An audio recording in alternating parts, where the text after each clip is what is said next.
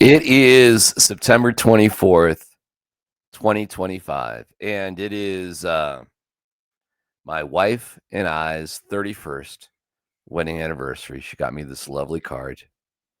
I married a good man. Then it says a bunch of stuff in there, and then it's you know, stuff in there, and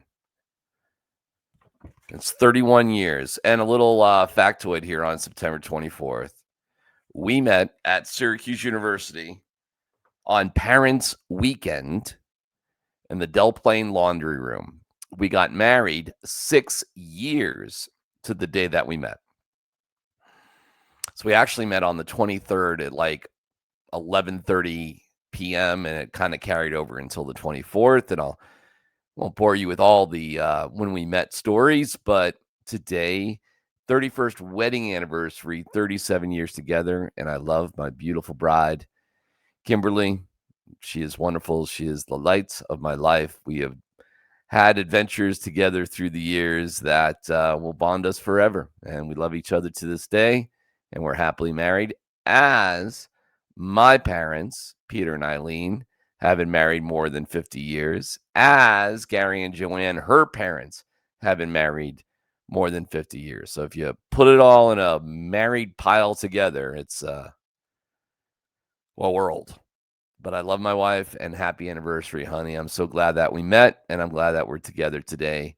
And later tonight, we will watch Survivor to celebrate our 31st wedding anniversary. 30th, we made a bigger deal of and went to a nice dinner. Tonight is probably just takeout.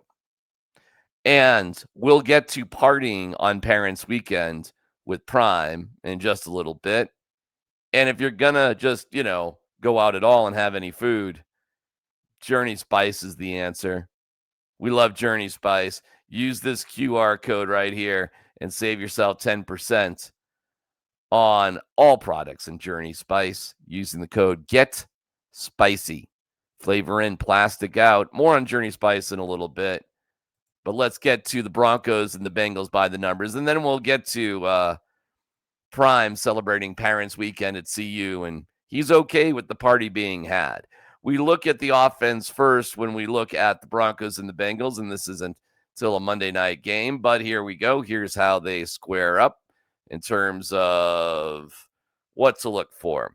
Turnover margin, both the Broncos and Bengals aren't great, but the Broncos are a little bit better. This is all because, Joe Burrow isn't around anymore, and we got Mr. Browning taking over. But the Broncos are tied for 20th at -1. Bengals -4. So they're turning the ball over. That's 28th in the league. Move on down to net yards per game, and the Bengals are the worst team in the league. They are 31st in yards per play. They're 24th in points per game. They're last in the league in rushing. They're 27th in passing. They have thrown the most interceptions in the NFL at 5. They're 27th. They've lost 3 fumbles. Their 8 giveaways in 3 games are last in the league. Not good. Not good for them whatsoever. Sacks allowed, they're 26th. Broncos are just second in that category, only allowing 3 sacks. Rushing yards, the Broncos are 8th. Passing yards, not great. Broncos at 25th. The only thing they're okay at is red zone percentage. They're 5th, where the Broncos are 14th. But what a difference without Joe Burrows. Oh, my God. What a difference. I mean, there's arguments to be had, like they're 2-1, but this is not a good offensive team. Wow. Those numbers really stand out. So we move on to the defense, and you say, well, they must be better there. And yeah, they're better there. They are sort of net yards per game. They're 25th. Yards per play, 20th. Points per game, 26th. They allow 30.3 points per game. Come on, man. Passing yards, they're 25th, 22nd in rushing yards. You can do whatever you want to them. They do have 4 interceptions, which is tied for 3rd. So 4 takeaways is decent. Third down percentage, though, they're 28th. They're just okay in the red zone at 21st, whereas the Broncos are second in the red zone, first in sacks, 10th in takeaways, third in fumble recoveries. I mean, for the Broncos to be first in sacks and sacks allowed, you're 28th. This insinuates there'll be massive pressure against Jake Browning on Monday night. This one, to me, by the numbers, screams a Broncos win, something along the lines of, well, they averaged 30, so I'll put 33. And where's the offense? I mean, scoring, the offense is points per game. Yeah, not great. I don't know. This could be a blowout. This probably could be and should be a blowout. Probably will be something like 30-13, 17 points. I'll put it at a 17-point margin for the Broncos to get back on track. Perfect opponent to get back on track against. And that is just how that is why quarterbacks get paid so much money. So I like it by the numbers. We'll check in with injuries. The Broncos do have a day off today, as they did yesterday, as it's a Monday night game, and they get back to action on Thursday, Friday, and even Saturday. I might drop by practice on Saturday. I don't get to go to too many practices anymore. So there you go. And, we're all wringing our hands about Bo Nix. I am too. This would be a terrible loss, okay? This would be a terrible loss. Then you go to Philadelphia. Then you go to England to take on the Jets. So when you talk about the must-win games of the season, games you should win, and if you want to go to the playoffs, you got to win the games you should win. This is one of them. I haven't even looked at the spread here right now, but I'm going to say spreads are always kind of, I'm going to guess 6.5, but I won't be surprised if it's more than that. I got them winning by 17. Let's see.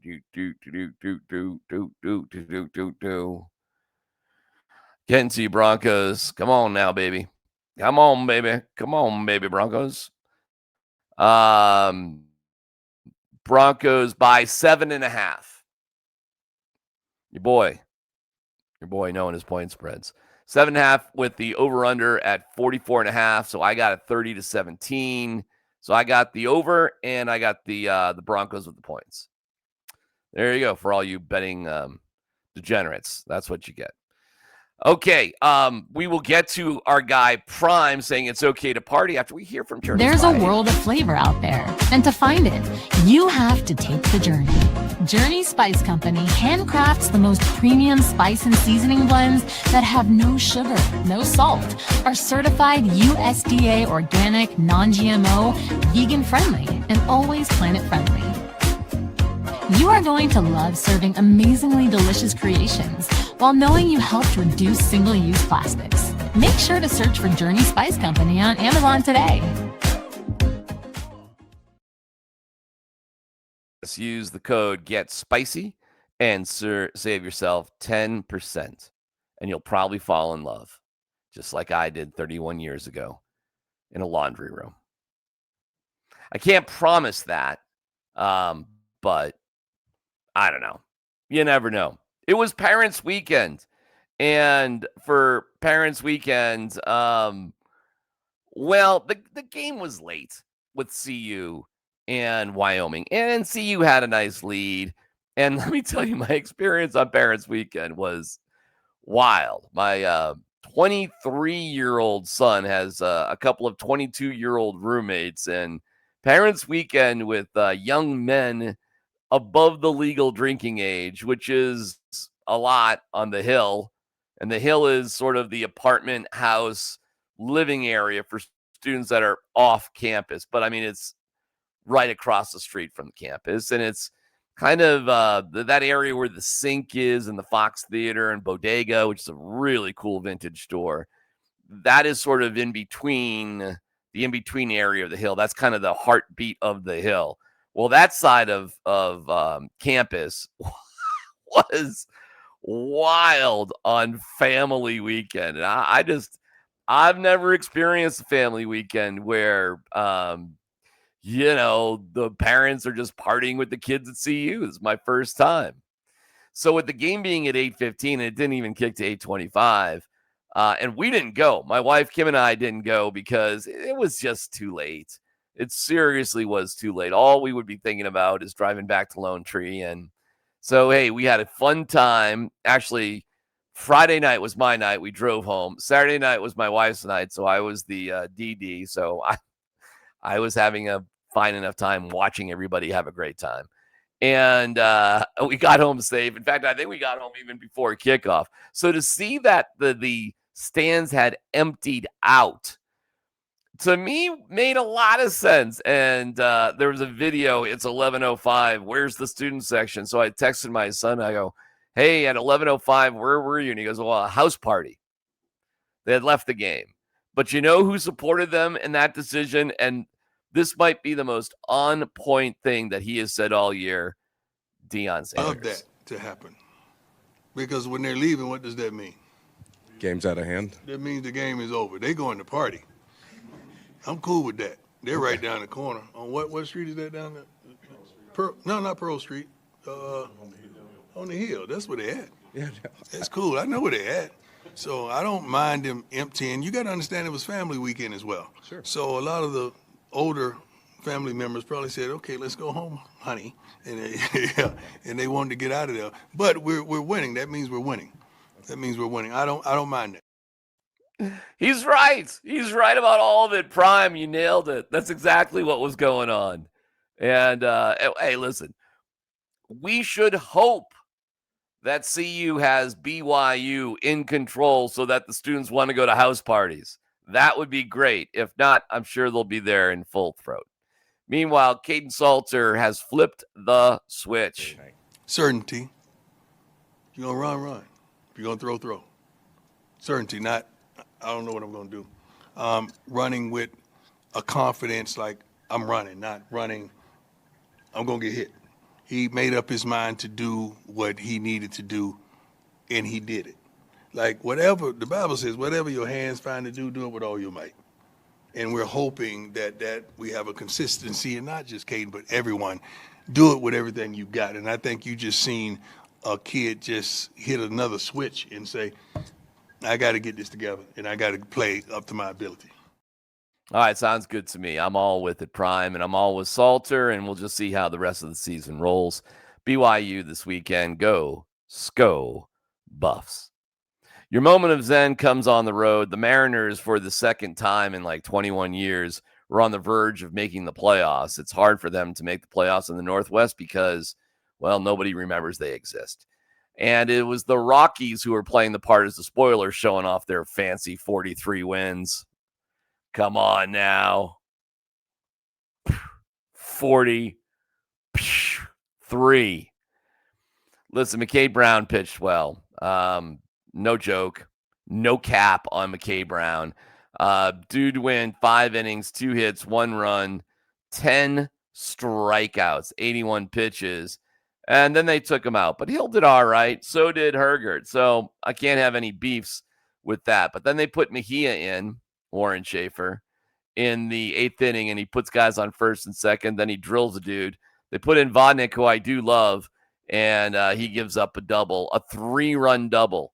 I mean, Mejia had men on first and second with 2 outs and 2 strikes and hit a guy. I mean, it was such a Rockies way to lose. Just dumb. I mean, you got it. You're doing all right. McKay Brown is just the second Rockies pitcher ever within his first 6 starts to get 10 strikeouts in a game, and he got 10 strikeouts in 5 innings. And then they managed the next 2, 6 and 7, so I can't have a beef with that. You just blew it in the 8th. You're up 3-1. I don't know, man. The Rockies. But what do I care? They got 43 wins, and your moment of zen is the Rockies making the other team happy.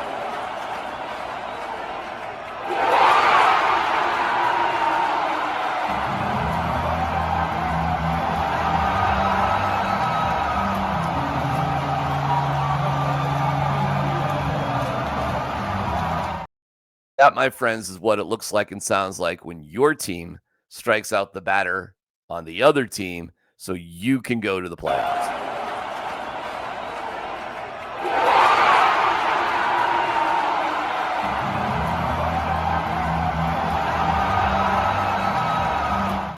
It's been a long time since that's happened here in Colorado. We have 3 straight 100-loss seasons, capped off with the worst season in Rockies history, borderline worst season in Major League Baseball history.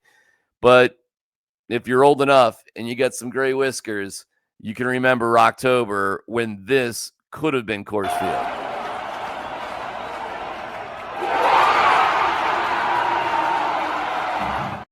It wasn't just, it wasn't just Rocktober. It was in 09 and then, not too long ago, 17, 18, something like that. I mean, there were times, and it is electric down at Coors Field when the Rockies are just right there, man. I mean, it is something else. We're on the edge of our seat. It's so exciting.